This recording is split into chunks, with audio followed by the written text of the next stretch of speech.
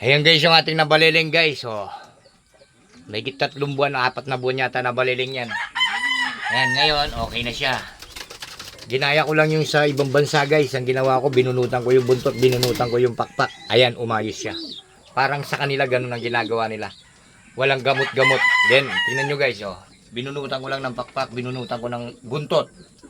Ayan. Nanay niya yan guys yung naka-derby natin. Ayan, binunutan ko yan guys, umayos. Binunutan ko lang ng pakpak, tsaka buntot. Ayan, umayos siya. Ayan, malinis na yung kanilang lop guys. So, magpapakain na tayo ngayon. Tapos yung dalawang YB natin, yung isa kahapon pa lang umuwi, 3 araw wala. Ang lapit-lapit lang ng aking pinag-release. Kanila, pero at least nakauwi. Ayan, next season sa South. Ayan.